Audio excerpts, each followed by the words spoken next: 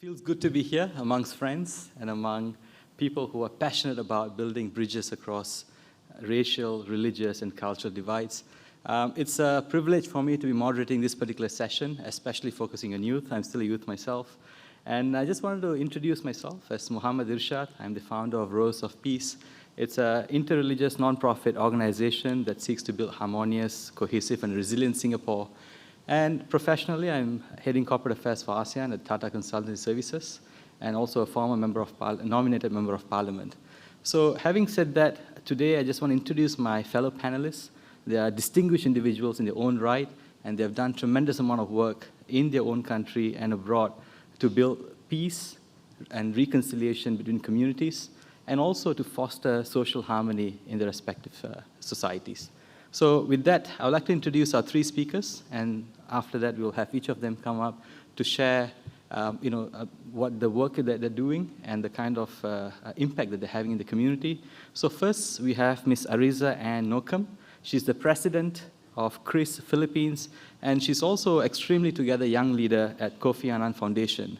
Ms. Ariza is the co-founder and president of KRIS, a non-profit organization that utilizes education as a pathway to peace in Philippines. KRIS has built libraries, provided scholarship for young people victimized by conflict and poverty.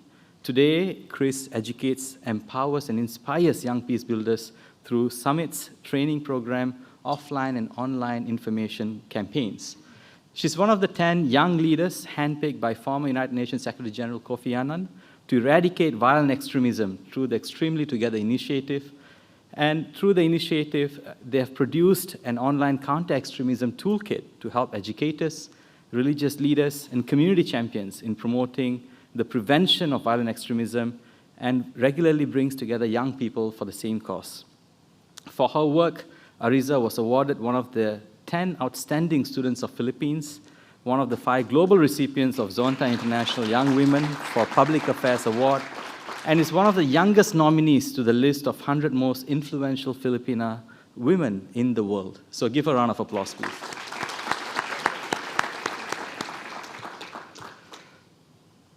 Our second speaker is none other than Raaj, our very own Singaporean, who's the chairperson for the Interreligious Organization Youth Committee, vice chairperson of Hindu Youth Network, and in the executive member of Peace, a social advocate harmony group. Raaj is currently the chairperson of IRO, as I mentioned, the youth committee, a certified Scrum Master. He's also a vice chairperson leading the programs team in Hindu Youth Network that falls under the auspice of the Hindu Endowment Board.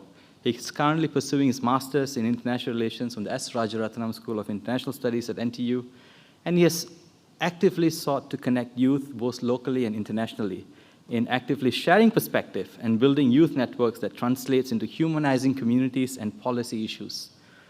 He is personally passionate about intersections of religion, international relations, public policy, and youth empowerment. Please give him a round of applause.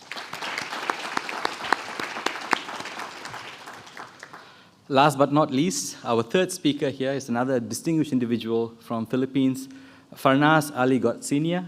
She's a peace ambassador at the Office of Philippine Presidential Advisor on the peace process.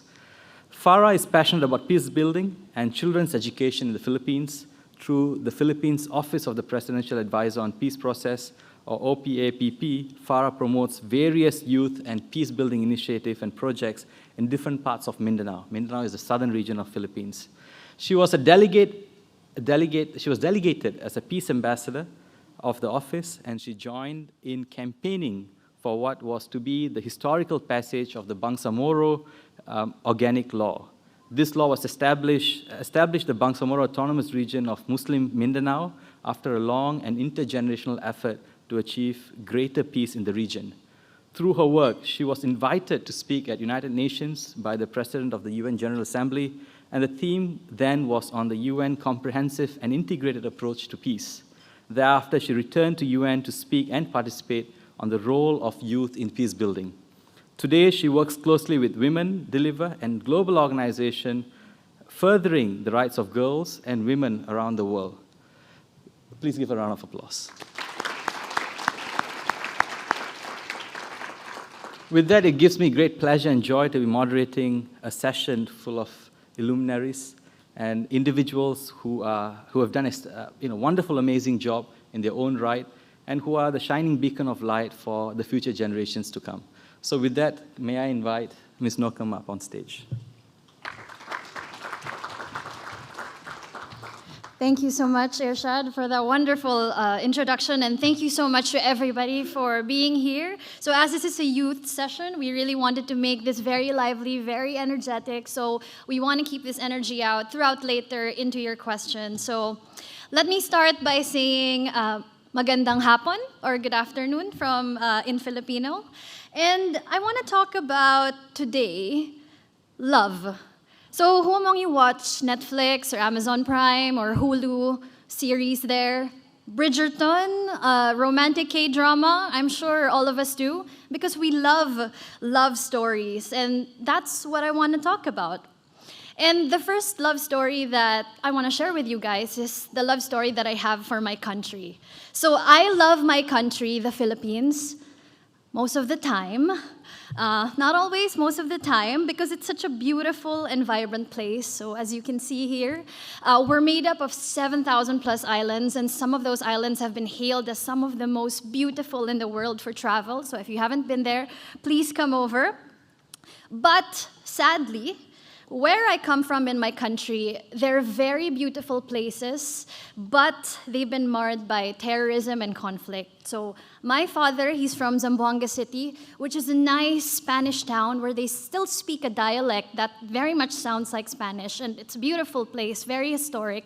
And my mom comes from the province of Sulu, which is also a very beautiful place, white beaches, clear sand and waters that's really sparkle, but it's also been marred by terrorism groups, terrorist groups like the Abu Sayyaf. And when we zoom out, we can see that the Philippines has been impacted by terrorism. In the Global Terrorism Index, we've usually ranked in the top 10, and usually the first in Southeast Asia. This was the 2021 Terrorism Index, if I'm not mistaken, of countries most affected by terrorism. And as you can see, the Philippines is in the top 10. So in the Philippines, we like being top 10 about in anything, like, for instance, Miss Universe, Miss World. But this is not a top 10 that we're, of course, happy about. And, of course, the causes of this conflict is very complex, multifaceted. But one of those reasons is really the demarcations in religion and culture, as we've been discussing throughout this conference. And one particular demarcation is the line between a majority Christian population and a minority Muslim population. But my family offered a different perspective.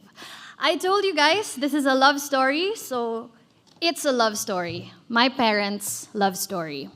So my mom, as you can see, she's Muslim. She's from a tribe called the Tausug, and my dad is Catholic. And when my dad was younger, he actually wanted to become a priest. So he enrolled for 2 years in the seminary, but then he met my mom.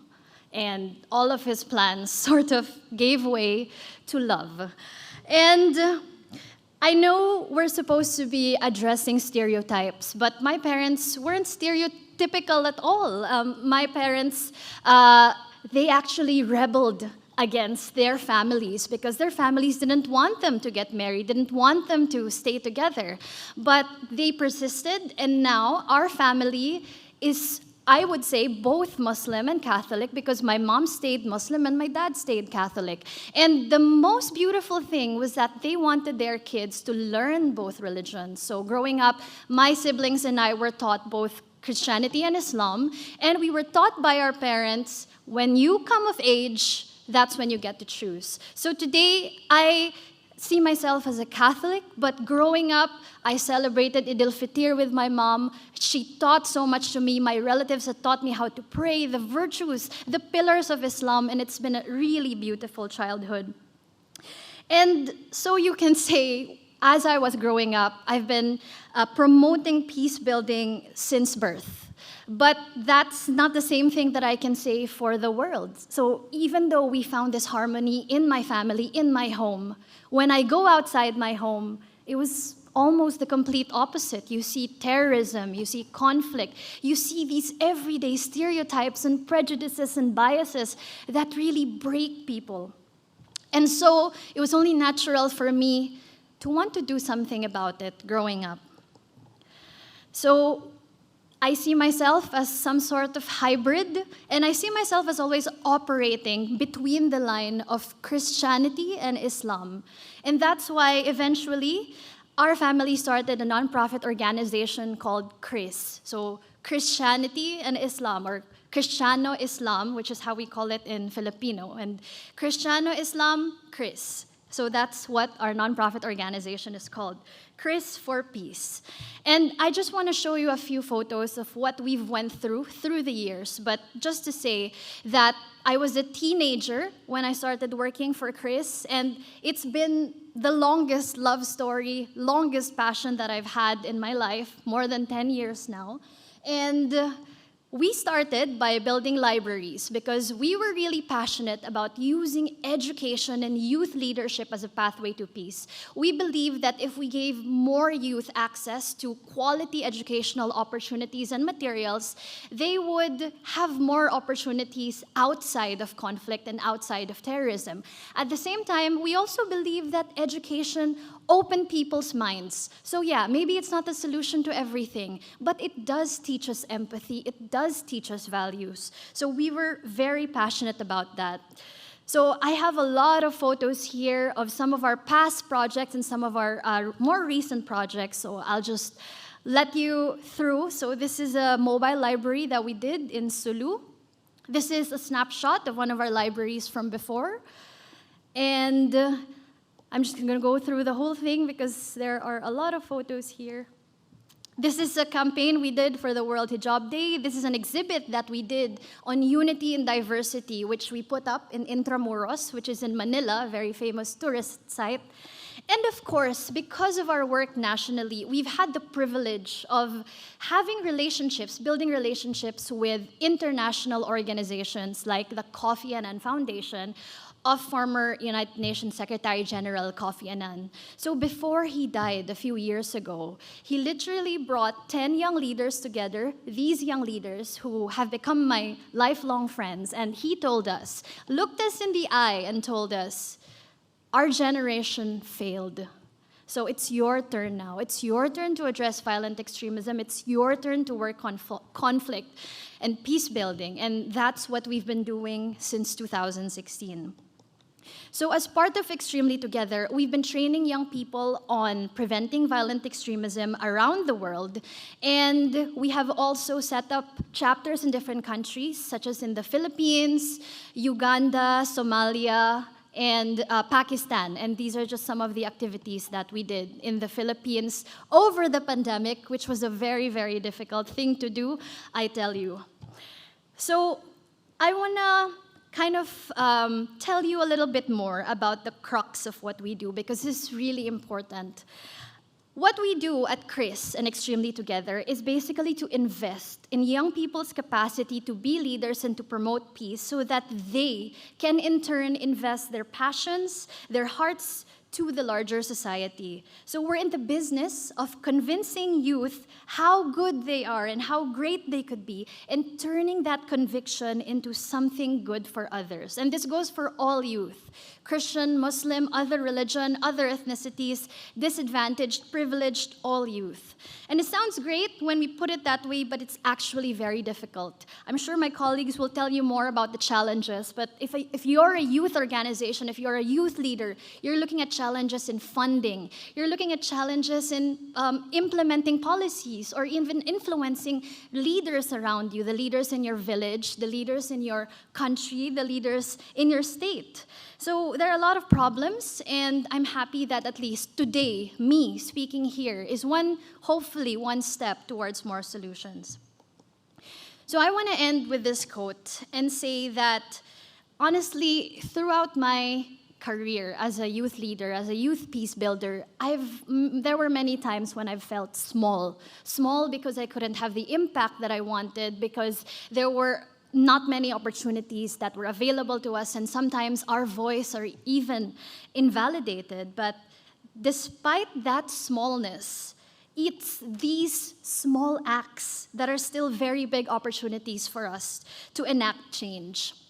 So I want to go back to that love story, because as a consequence of me talking about my parents and their interfaith marriage, a lot of young people have been approaching me asking for dating advice. Like, Ariza, I'm in love with someone, but she's from another religion. Or, Ariza, how do I get with somebody who's very different from me? And I'm the least qualified person to give dating advice, I can tell you that.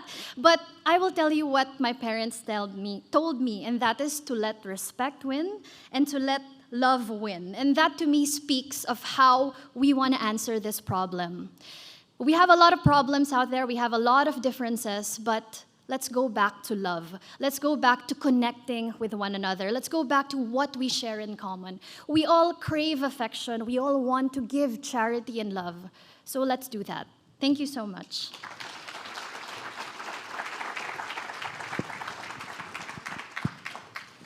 Thank you, Ariza. That was lovely. And I hope the message of building bridges across religious divides through education empowerment resonates with our audience here today.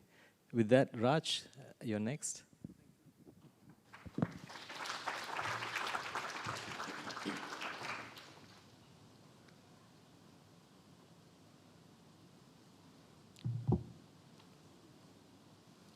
So good afternoon, everyone. My name is Raaj. Apart from the roles of being a chairperson in interreligious organization Youth Wing, I'm also the vice chairperson for Hindu Youth Network. And I think as recent as last year, I became an exco in HPs. I start this off with, and I start off my presentation by highlighting this because within the sphere of interfaith advocacy, there are multiple aspects, multiple elements to deal with. The interfaith side, the intra-faith side within religions itself, and the in-between. How do we bring both perspectives together in finding what is the best way forward, what is the best solution ahead? In that sense, within interreligious organization, maybe I can give a bit of context to some of our friends who may not know. So the IRO was formed in 1949, shortly after the Second World War. And in fact, it was started by His Eminence Abdul Alim Siddiqui. He himself was a Muslim, I mean, of course, from his name, but it brings an important element. Most of the time in our world today, we have this misperception, and in fact, it still continues within our circles, that a particular religion is most prominent within such acts of interfaith, violence and counterterrorism and so. But I bring this point because this is precisely things that are not highlighted when we understand about religion and interfaith advocacy as we know today. The fact that IRO was started by Maulana Abdul Alim Siddiqui, a Muslim man. With that, IRO has come a very long way in establishing relationships between the 10 major religions of Singapore, the 10 recognized religions of Singapore, and from there, going forward into empowering it in multiple aspects. We have our Women of Faith Wing, we have our IRO Youth Wing, which I'm the chairperson of, and we have even the Prayers and Blessings group that is often there. Yes, I mean, Venerable Yo Kwang is just right here. He's one of those who hates it, yeah. And why I say this is because when we talk about interfaith, not only in Singapore but in the world, we have to deconstruct it as much as possible and look at the multiple aspects of what it formulates so that we can find the right solutions ahead. Within the Youth Wing, we have a great challenge. How do we contextualize race and religion for the common man, for the common person, that they may be able to understand the tenets of their own faith, the overlapping tenets of their faith vis-a-vis others, and more importantly, how do they not let these elements become issues of entrenching divides between each other? How do we humanize each other? How do we humanize our faiths? How do we humanize issues such that there will never come a situation where we suddenly break everything and say, okay, this person is my enemy because XYZ incident happened. That nuance, that context, that friendship, that collaboration is what we do in IRO Youth Wing. This is the work that we also do in Hindu Youth Network. So essentially, in IRO Youth Wing, a quick description is that we conduct meetings, IRO monthly catch-ups, where we bring our friends together to have a genuine conversation on things that perhaps are burning within us. Why is it like that? Why? What is the concept of hijab, for example? What is al-harb al-muqaddasah, for example? What is the concept of Sharia and violence within Islam, etc., etc.? We also have our IRO Youth Kopi sessions. So IRO Youth Kopi sessions is where we invite distinguished leaders. For example, we've also invited Venerable Yo Kwang before, on top of other leaders within IRO, to gain their perspectives. Because how do we formulate solutions? How do we move forward if we haven't learned enough from our older generation, from those who have context, who have nuance, who have depth of understanding in that particular field? So to harmonize that insider-outsider perspective, to harmonize the experiences, the situations that have happened in the past with emerging challenges that come forward is the goal and aim of the activities that we do in IRO. And more importantly, not everyone likes to start off with the spirituality aspect. Meaning to say, not everyone, like me, a Hindu, would want to sit and start learning the Vedas. Bhadram karne vishnajama devaha, bhadram pashyemaksha bhiryajatraha. Nobody would like to learn that in our context of today, because oftentimes religion is reduced into merely being an ideology that keeps us divided. We fail to highlight the fact that in religion holds the key of our culture, our heritage, our traditions, our shared humanity, and more importantly, the fact that religion is not just a set of ideals, but it is a moral compass, a guide that brings us into looking at how we even perceive and view the world. Its element, its permutation, its depth within, for example, the role of public policy, the role of how we look at each other. There are multiple aspects of such things that are prevalent within religion, and which religion is often not focused on, whereas it has so many beautiful views and lessons to inspire us by. Oftentimes we think that religion is merely just something to follow to make us feel peaceful. Yes, but that's not the root. That is only a leaf. That is only a branch. We have to go deeper. We have to dig deeper into the larger permanence, the everlasting essence of what religion is. So in that sense, within IRO, we do a lot of such activities. And in fact, as youths, usually we are questioned in one thing. Why do you have to do advocacy? Got money? Usually the question will come, is it profitable? Is it lucrative? I will say, yes, even if there's no money. But when you see the magic happen, when you see the magic happen in the grounds, when someone's heart is changed, when they humanize the other, when they come forward to have very deep, raw, respectful conversations, that is where you start to see the world change one conversation at a time. With that, I end my presentation, and I really want your questions.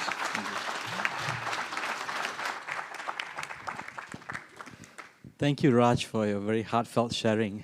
If I may also ask Dr. Sashi, please, why don't you come and have a seat?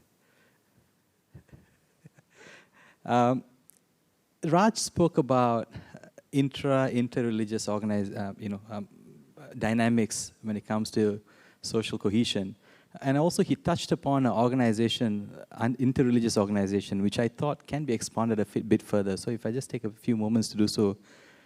You heard earlier today, Deputy Prime Minister Lawrence Wong spoke about Singapore being a diverse country. In fact, Singapore prides itself on its religious diversity, harmony, and tolerance. And considering this, as well as the diversity of Singapore's population, it did not quite come as a surprise for most of us when in 2014, Pew Research report came out stating that Singapore is the most religiously diverse country in the world. The study performed by the Pew Research Center in Washington, D.C. ranked countries on a scale of 1 to 10, 10 being the most diverse And the study measured the Religious Diversity Index, RDI, based on the percentage of the population who fell into the following categories: Buddhists, Christians, folk religion, Hindu, Jews, Muslims, other religion, and religiously unaffiliated. Singapore scored 9 on the Religious Diversity Index out of 232 countries in the study. And this is quite remarkable. And this unity of religious harmony was not achieved overnight, frankly. Instead, it was painstakingly built over many decades. Through the work of all our religious leaders, the foundation of this harmony was laid in 1949 with the formation of the Interreligious Organization, which Raaj is part of. And IRO, for short, it is also said to be the first interfaith organization in the world. So that's a proud claim that we have for IRO.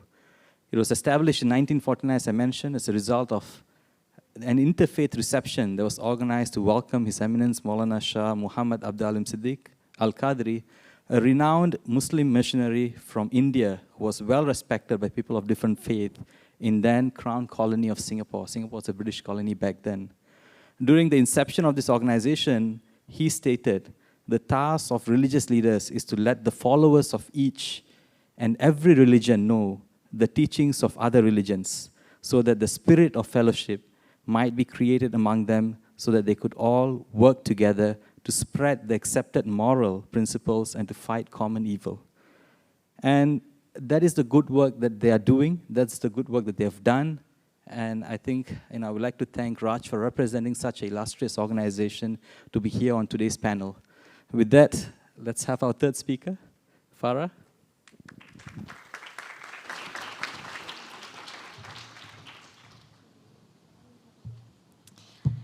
Okay, so today is a blessed day, and I feel so grateful, truly grateful to be sharing this time and space with you. I feel that the ICCS is extremely special because it serves as a global stage wherein advocates of peace from around the world get to come here and show our commitment to global solidarity. So really, it is a big privilege to share the stage with each of you and all of you. In my case, through the Philippines Office of the Presidential Advisor in the peace process, I was previously delegated as a peace ambassador, during which time I helped the government in its various campaigns for what was to be the historical passage of the Bangsamoro Organic Law that was passed in 2019. And currently, we have the Bangsamoro Transition Authority, which in 2025, we are hopeful can fully allow us to transition to the establishment of this new autonomous region in the Philippines.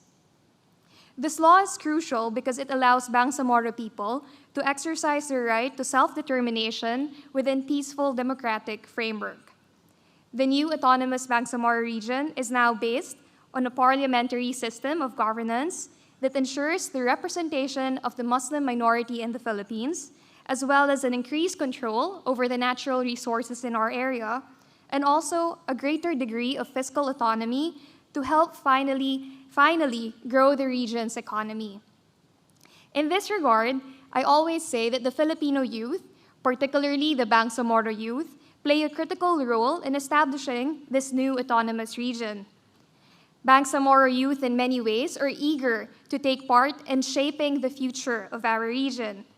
This is why it was, even back in 2019, and up to today, continues to be an imperative that youth are actively engaged in the formation of this new regional government. In the context of the Philippines, the youth is all the more so important because the youth actually composes a sizable portion of our demographics. Did you know that in the recent national elections, back in May 2022, so just very recent actually, the youth were a major voting bloc that held power in deciding who our next Philippine leaders would be. So much so that more than half of the 65.7 million voters in the Philippines were young people aged 18 to 41. In fact, according to the UNFPA, the Philippines today has the largest generation of young people in its history. Meanwhile, in the Bangsamoro Autonomous Region of Muslim Mindanao, the youth make up more than 40% of our regional population. Given this, how can we then ignore the youth? The youth are stakeholders. The youth are exactly living members of this region, of this country. So just like Ariza, who has shared her wonderful advocacy of peace building in the Philippines, and Raaj as well, let me share you one of the great initiatives that we have launched in order to activate youth's engagement back home. In our case, one of these initiatives was to conduct numerous model parliamentary sessions, wherein young leaders from all over the Bangsamoro region in Mindanao were invited to learn parliamentary procedures, policy making, advocacy lobbying, and conflict resolution, among others.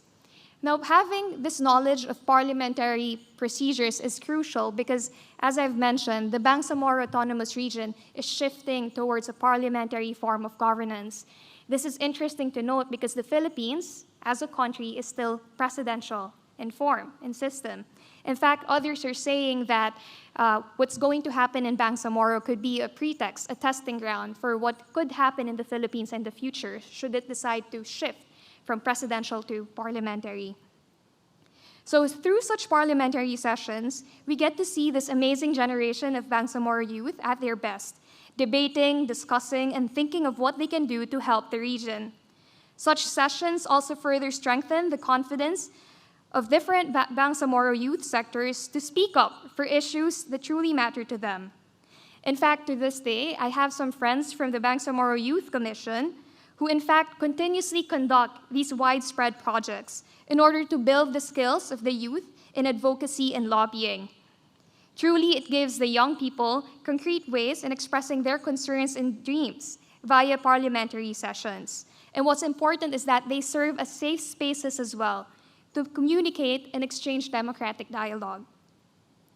So apart from this, there's actually a surge of different activities, youth sessions, youth congresses, leadership trainings, interfaith relations between Muslim Filipinos, Christian Filipinos, and other indigenous Filipinos practicing tribal beliefs throughout our country. And for me, I believe that when we expose more of our youth to such experiences, then you get to break down these barriers, and we get to bring society even closer. We begin to see each other eye to eye, and our hearts soften even further to care for each other, regardless of what their religion, ethnicity, or tribe may be. I think each day we have to remember that we are given a choice to focus on the differences that divide us, or a choice to focus on the similarities that bind us. We have that choice to make. We are agents and capable of making that decision. And each day, whenever we choose to stand by each other, to stand by for each other, we become stronger and we become better as a people. When we look out for each other, when we care for their well-being, when we care for their sense of rights, then I believe that we truly, even if it may sound cheesy, we slowly live in a better country and in a better world. The UN Youth Envoy once said that youth are the missing piece in tackling global challenges. And I remember President Halima Yacob also echoed this sentiment. She said that it is important for us to engage in young people if we truly want our goals of peace building to truly carry over to the next generations. Undoubtedly, we need to have and continue to prioritize this regular, systematic, and meaningful participation of young people in different advocacy areas. This is necessary to ensure the to ensure that our goals are actually sustainable. So sometimes, in my case, I also get tired, I also get frustrated, and this is a feeling that is also shared by other people. But one of my mentors told me that it's important to remember that the struggle is often a long one. Sometimes even we don't get to see the fruits of our work within our lifetime. Only the next generation gets to see it. But still, we don't stop marching on. Why? Well, because today, in this present lifetime, and with the time that we have in our hands, we still do what we can. The youth of today, I believe, are actively planting seeds for a peaceful future ahead. and that what matters is that at least today in our lifetime, we did what we can. With the beating heart that we have, right? And with the resilience of our souls, we use our voice to echo the common good. So I end my talk here. Thank you very much.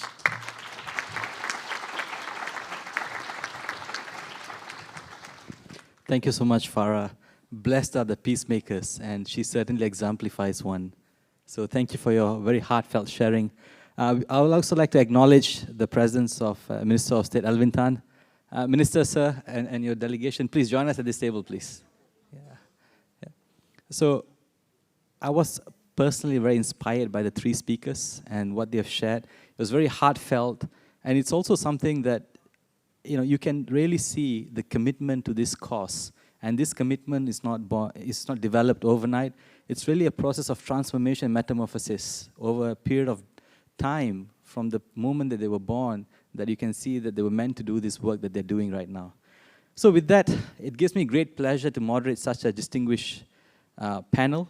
And I would like to keep this panel as lighthearted, as easy as possible, keep it a bit more informal without being too formal. And I'd like to really thank all the audience here who has joined us today to be part of this session. And I really applaud your interest in the youth initiative and the youth work that we have on display here with our panelists sharing. With that, I would like to take the opportunity to kickstart the question and answer session. And I would like to first focus our attention to what our three speakers have shared. And based on what they've shared, I noted 3 points of tension. And these points of tension I would like to pose to all our three panelists is the fact that first, in today's context and world, in the work that you do, how do you reconcile these three tensions? The first being the digital divide, the online and the offline space. In your advocacy, in the role that you play in your community, how do you ensure that you're able to better reach out to people in the offline space as much as you do in the online space? The second key tension that I note, based on all our various sessions and panels, is intergenerational divide. Right? So that was also emphasized early on by Deputy Prime Minister Lawrence Wong. How do you bridge that gap between the old and the young, the youth and the youthful, as I would like to call them, right? So, and pretty much present here are people across all generations, right? So how do you do that? The third divide is essentially the divide between the conservative and progressive values, right? So I think in each of your effort, there's elements of these three divide. How do you strike a balance? How do you overcome stereotypes? How do you convince people who are much senior than you? And how do you ensure your advocacy is happening in the offline sphere as much as in the online sphere? Can we start with Ariza, please? Sure. Thank you. So you mentioned these three divides: digital, intergenerational, progressive versus conservative. But I feel like throughout our work, our job has been to always not really ignore the divide, but to go beyond it. So for instance, in addressing the offline versus the online, our approach has always been to go both. If we want to teach something, we're going to teach it both offline in seminars, workshops like this one, and we're also going to teach it offline, whether through a webinar, whether through a breakout room on Zoom. So we want to teach common values, common skills that can reach to youth both on online and offline. And offline is very important because there's so many disadvantaged youth who still don't have enough access to the internet. And then for the intergenerational divide, I would also like to say that this is a divide, but it's also a good thing. Because if it weren't for people who were older than me, like for instance, Kofi Annan, I wouldn't be here today. I wouldn't be doing what I do. If it weren't for him giving us young people the opportunity to be empowered, to give us resources, to give us a network, our efforts would not exist. So this is something that I think is actually complementary. The wisdom, the resources, the network that older generations have created, working with the dynamism and the creativity of young people. And lastly, progressive versus conservative. And I don't have enough time to talk about the massive differences between those two, but I still go back to common values. Because whether you're a progressive, you're a conservative, you do want to see a sustainable future. You want to feed your kids, your grandkids. You want to go to school. You want a good education. You want your health. You want basically to maximize yourself and your life. And this is the common path I think that we are all taking, regardless of these sides, these ideologies. And I hope we always come back to that. Thank you, Ariza, for putting it very eloquently. Raaj, let's hear from you. Hello. Yeah. Regarding the digital divide, I think one thing that's been very empowering is that at least within IRO, we have the resources and the ability to partner with our religious places of worship in reaching out to this particular demographic.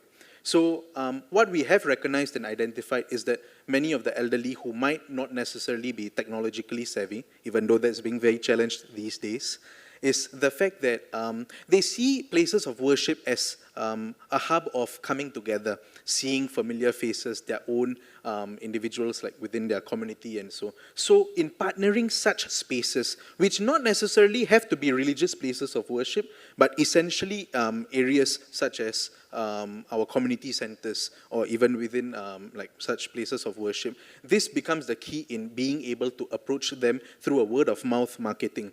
So actually, the greatest game of ours is that we have to combine our knowledge of marketing, business, economics, etc., and bring it into the very niche, sui generis field of religion and interfaith advocacy. Really, how to catch them, how to make our approach much more targeted, and at the same time, how to make it more contextualized for them. So it's about understanding what are the interests of different demographics. If we talk only about the elderly, they want a sense of belonging. They want a sense of agency as well, because we do talk about elderly dignity, dignity of individuals as they age, etc. For the youths, it's more of social media interests. It's about finding answers. It's about making friends, but at the same time, most likely, the factor that unites all of us is where's the good food at? Yeah. So usually events that have food as well are those that usually get a bit more publicity. But essentially, that's regarding the digital divide. It's about tailoring your approach, using a lot of word of mouth, and more importantly, ensuring that even at our back end, we start to try and compile a list of individuals that we can approach, we can always seek help from. And in that regard, our IRCCs, for example, have been extremely helpful. Our partner organizations, our youth networks even, perhaps I forgot to mention it earlier, our youth networks have been a divine boon, per se, in really reaching out to all these areas. So it's about all of us coming together to engage in this particular process. The second question was about intergenerational. So intergenerational-wise, I think if we adopt the mindset of huo tao lao, xue tao lao, and live while you are living, continue to learn as much as you can, that goes a very long way. And I don't mean this in the cliche sense of just, like learning or so, but really, how do you create the opportunities through simple activities that get the elderly and the youth together at the table and to discuss things from their perspectives? Now, the views, the world views here in this sense may differ, and we welcome it. So the more there are divergences in the worldview and so, the more there are points of contention, the more there are points of really engaging and learning from each other. And to understand the context of both why certain views are made in a certain manner, and more importantly, why do the youths hold a certain view. And it's really about us having that context, that nuance in finding the best path forward. How do we synergize worldviews, resources, etc., in finding what is the best way ahead? And I think the third question was about... Sorry? Progressive versus conservative. Okay, progressive versus conservative. So, I'm speaking. Okay, so, I think, progressive versus conservative, essentially, that is where the intra-faith aspect comes in. So I speak from an interfaith sphere. In this sense, it's very important to understand why certain views have been created and for us to reflect back on the very scriptures that make them.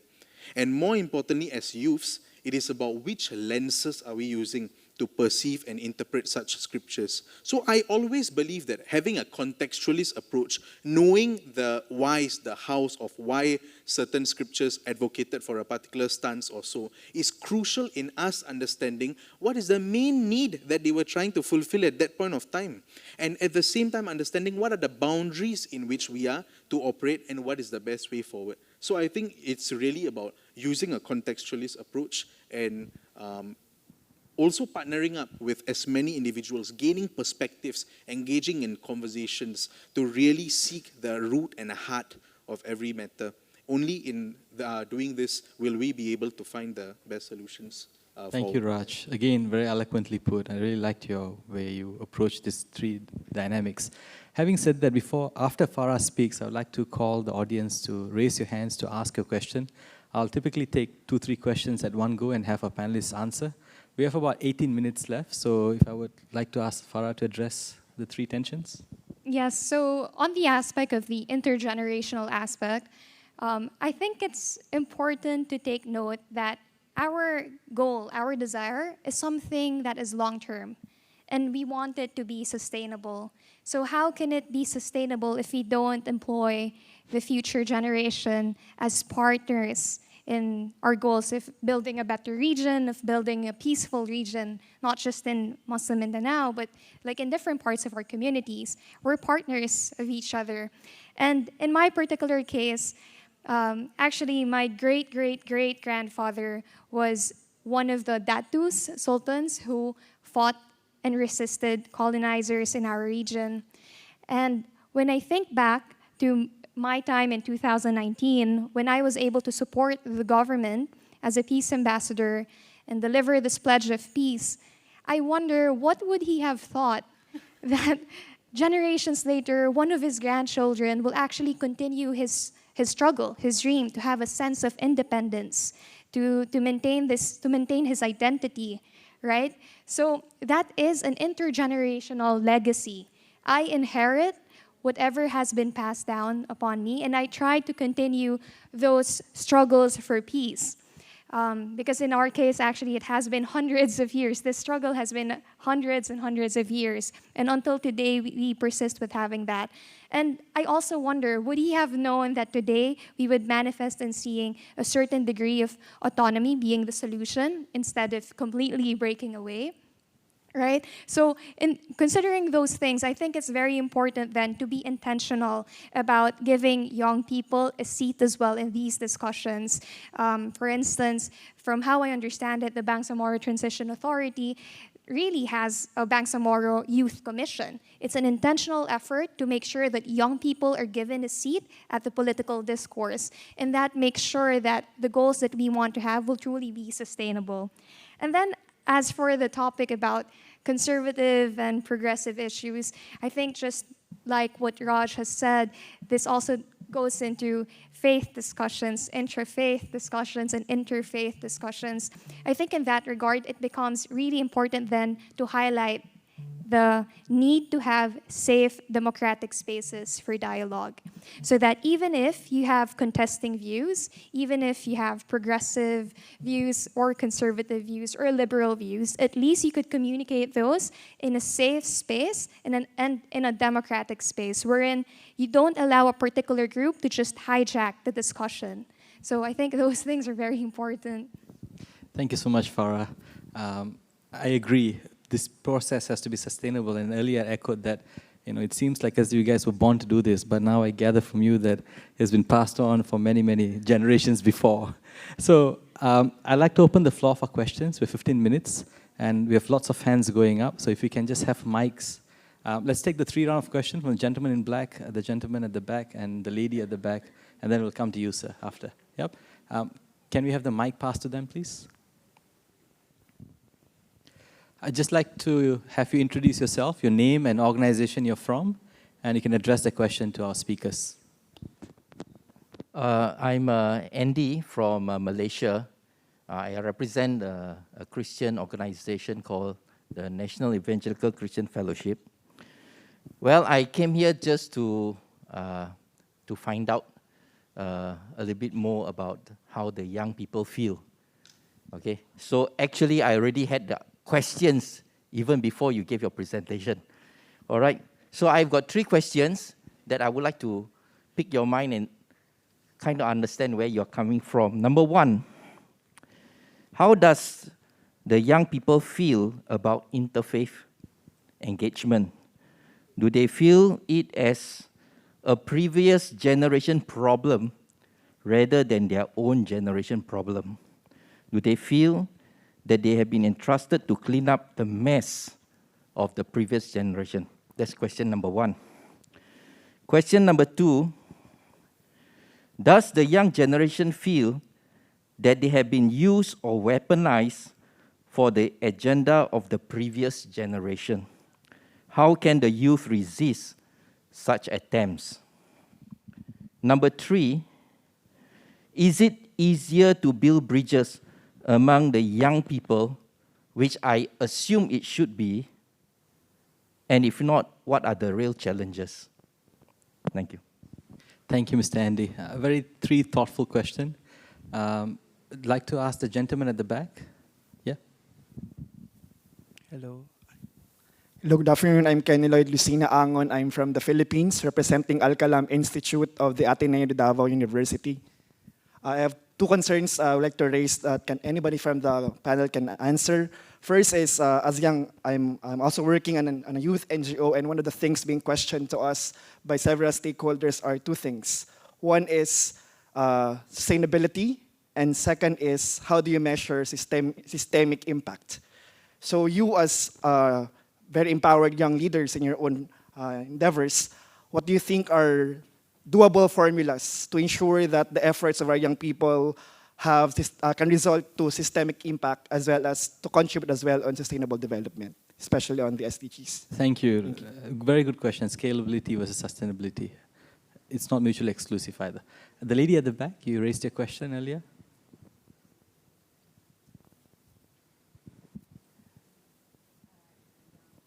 Please introduce yourself, where you're from, and you can direct your question. Hi everyone, I'm Julie from the UK. So the Deputy Prime Minister earlier made a point that really resonated with me, and in fact he was so brilliant that I'm thinking of kidnapping him and taking him back to the UK to infiltrate our government. We have no politician quite like him in the UK right now, unfortunately. So if he goes missing, you might know where to look. But anyway, I wanted to say, he mentioned something which and it really resonates with me right now, and that is, he sort of made a side point about Youth Wing. And, I've heard it mentioned here today, and in fact, organizations often have a youth wing and a women's wing, for example. And, there's pros and cons with that. I love the idea of focusing on work with women, for example, or young people. But I think even in this event today, it's kind of quite a well-illustrated point that, all of you that have just spoken, really, for me, should have been able to do these presentations in the main arena with everybody and not be a kind of side room. And so I think, I guess, you feel free to comment or not, because you might not feel you can, but you all seem brave enough that you probably can to me. But sometimes what will happen is, as soon as you talk about Youth Wing, or you kind of sideline, and actually all of you would have been, you could have chaired sessions. If we're really serious, and hopefully he will also implement this, that just let's move away from sort of sidelining things and actually put people front and center, however brave that might seem. Because otherwise you do marginalize, and it ends up being something that isn't part of the mainstream work. So I guess for us as organizers, as academics, as activists, as politicians, as whoever, we really need to keep this in mind, because really all of you should have been talking to the whole room, in my opinion. Thank you, Julie. That's a very thoughtful question. Actually, I did have the question that I want to pose to panelists about the youth wing element. If I were to reframe that, the organizers decided to save the best for the last. So you guys are here, so Cohesion 3, right? Having said that, I would also like to just address Julie's point that in Singapore, at least, our practice is that youth wing is not just a youth wing by itself. They do have a seat on the table, and we make a conscious effort of doing so across all construct and spectrum of society. Myself, being an example, I was nominated as a member of parliament by the president, an independent member of parliament, when I was 27, 28. And that too, promoting the agenda of interreligious harmony just before the previous ICCS. So I think that goes to show that at every level, even at the highest legislative body, they make a conscious effort to ensure there's representation, ensure the voice is heard, ensure there's enough diversity of views in the discourse that we have in Singapore. So again, our panelists here, one thing I would like to also acknowledge is they're no stranger to ICCS. They've been to the previous version of ICCS as young leaders under the Young Leaders Program. And this ICCS, they invited back as speakers. So that is in itself testimony to the fact that they're included in the larger discourse. But I take your point, we may even have them chairing future sessions. Yep. So that's towards the question from Julie. I would like to, again, point the question to our panelists. We have 4 questions to answer. And Andy brought up 3 questions on interfaith engagement, whether youth are being used and weaponized. I think that's a very strong word to use, but then again, I'll leave it to our panelists to answer. And is it easier to build bridges amongst the younger people than older people? So if I may direct the question on interfaith engagements to Raaj, if you can take that one. Thank you for the spicy questions. I love it. I think, when we talk about youths within the interfaith space, we have to understand that the background that they come with is that not everyone would necessarily have the same level of intra-faith engagement or with the same level of scriptural knowledge, which is perhaps required within the intra-faith environment per se. But more importantly, when we talk about faith in general, usually it comes from a place of seeking specific answers to queries that they have, be it in terms of finding their own self-identity, be it in terms of why there might be differences in practices or so. So as the as the lowest common denominator, I would like to say essentially it comes from a place of curiosity, genuine curiosity. It doesn't come from a place of seeking to push our own view or to create disharmony per se. And in fact, usually that is also the tension that they come with, in the sense that they are very afraid of what they may say might be misinterpreted or taken out of context. So for youths, they come in from that particular space. And that is where organizations like ours seek to contextualize things like race, religion, and bring in discussions on issues from interdisciplinary lenses. And at the same time, seek to see how we can enhance female representation, for example, within these circles. That's an important aspect as well. So when we talk about what youths would understand or come into the interfaith space in, it is essentially about seeking meaningful dialogues and having a platform in which what they've been burning with, what they've been very curious with, is something that can at least somehow be addressed, or at least they can gain some kind of context from it. I would say straight up that youths of today do not feel that they are weaponized by the older generation. I think more so youths of today have and do actively use multiple resources such as Google and so to really counter back and fight back such views. And in fact, maybe I can speak for the youths in this case, where I would say that at the end of the day, a lot of the values that we assign to religion do not necessarily belong to religion, in as much as they are shaped and formed by the context, the political, social, economical aspects and lenses of the day. So when they see such views or so being represented or pushed by the religious front, naturally they will come and be curious and say, is it really in our scripture that, X, Y, Z must happen? And so in that sense, there is much more of a critical engagement. I definitely feel they use a sort of hermeneutics of suspicion, looking at it from a very critical lenses as a way of engaging and truly distilling the essence and essence of certain answers. And from there, bringing the conversation forward. So if the scripture didn't say this, or if the scriptures has a particular interpretation, how then do we go forward to do? So usually youths who come into interfaith either come because they are very curious and seeking answers, or that they have already started the discovery process. It's just more of coming to deeper their own engagement and answers. And that actually enhances our own responsibility. Because as interfaith advocates, we are often assigned to be representatives of our faith. And that also puts us at a certain level of conduct. And more importantly, we must also know what is in our scripture, what is in our religion and context, so that we can explain and ensure that the right interpretation, the right context, and more importantly, the right lenses are communicated to the other. We must never let our own human prejudice or flaws come into the interpretation and communication of what information and understanding is. So in that sense, yeah, our faves. Thanks a lot, Raj. I think really resonated your point. I just would like to add Ariza to address us on the part about youth being weaponized by previous generation, if you can just touch on that in your context. And secondly, also address us on the point of the second question, the second individual who asked the question on scalability versus sustainability of an effort like KRIS and your library that you have established. Yes. So I'll answer first, and to add to what Raj said, my observation of youth like me and the way they see the world right now is actually two-pronged. It feels like it's on two extremes. The first extreme is that they care too little. So they feel quite apathetic. They don't really engage in community building or activism, and they feel quite pessimistic about the future. My sister, who's 21 years old, when I ask her, what do you want to be in the future? She goes like, you know, she doesn't seem very excited about it. And it's probably because of all the things that they see around them, climate change, these ongoing conflicts, even the war that we have right now in Ukraine, which is affecting everybody, the pandemic.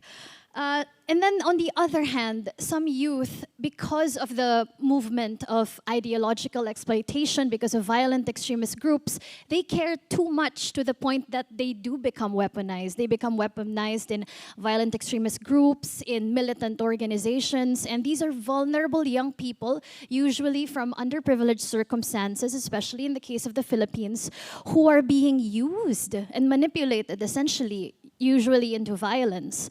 So we as a society, and including us youth, we have to do a better job at understanding what young people actually really think about all of these things that are happening. This society is in flux, and I feel like all of us here in this room really have no idea of how big the changes that we're undergoing are. So we have to talk to more people, we have to engage in conversations that may be painful, and more than that, I think we have to do a better job at empowering youth for real. And I say for real because I go to a lot of these events and a lot of speakers say, give them a seat at the table, give them a voice. But that's not enough. We need resources. We need your network. We need the endorsement of state leaders. We need people from the United Nations, from the EU, from the ASEAN, looking at us and hearing us and really, really caring. So I guess that's my call to action for all of you, from your organizations and from all of the places where you come from. Please, you know, don't just give us these buzzwords, seat at the table, voice. We need resources. Thank you. Farah, if I can direct the question on scalability versus sustainability. And also, can I also get you to answer the question that was posed by Julie, touching briefly upon the youth wing and your role in the presidential office in Philippines, please. Yeah, so that question about having a youth wing and a women's wing, I truly resonate with that. I think the problem is when it becomes tokenistic, when just so that you could say that you're satisfying the diversity quota. Okay, let's put one, like one seat for women's sector, one seat for indigenous sector, one seat for, a youth representative. Then it becomes tokenistic, right? But then what we want is sincere, authentic change to happen. What we want is sincere collaboration. So we need to move away from that kind of tokenistic approach. And in doing so, we really have to be vigilant then in making sure that when these legislations are passed, we make sure that truly we are giving them a seat, not just, seat for picture taking, and we could say there's a woman in this group, right? Or there's no, not like that, but they can actually really influence the policies that are being shaped. So that is very important. Indeed, apart from that, when it comes to the sustainability and knowing how to scale it, I think in that end it's very important to work with data. First, we have to be clear on what we really want to achieve. Sometimes we might feel overwhelmed because we don't have a clear vision of what we want to achieve for that particular project. So even if we've done that, we've conducted it, we feel as if, we didn't meet our goals. So it's very important to set a clear mission and outline of what you really want to achieve, and to also work with data. Back home in Bangsamoro, there is this active effort, and I mean, really, they're going to there are plans to invest into doing a lot of research and data in order to build better policies. Because how could you indeed move forward and say, oh, we need this for this particular group, we need this for this particular group, when you don't really have solid evidence to work with? It's good to have all of these, ideals and such, aspirations, but you need to ground it with what's really happening on the ground. Thank you so much, Farah. I just want to pick on what Farah... Give a round of applause, please. I just wanted to echo what Farah and Ariza said. And I said, and I'm going to say and emphasize that I agree with them, that it's not enough to just give them a seat and a voice, but also the resource to do so. And I think that's precisely what giving our young leaders who are with us here today, because they're going to be pitching the idea later on as part of the YLP program. And they're going to be empowered under the Youth Action Challenge that we have set out here in Singapore. We have had 3 seasons of YAC Youth Action Challenge, and we are going to the 4th season here in Singapore today, and we had more than 700 youth forming more than 170 teams pitching innovative idea to tackle societal issues and challenge. And as part of that, they also funded, they have a seed funding of 5,000 Singapore dollars, and if any of you are interested, any of you who are interested who are not even from Singapore, it's fine. Form a team with students or youth who are from Singapore, just one individual, and you can apply and pitch your idea to really tackle some of these problems that we have here in Singapore. Not just Singapore, again, it's global. And with that, I would like to thank our 3 panelists here. Give them another round of applause.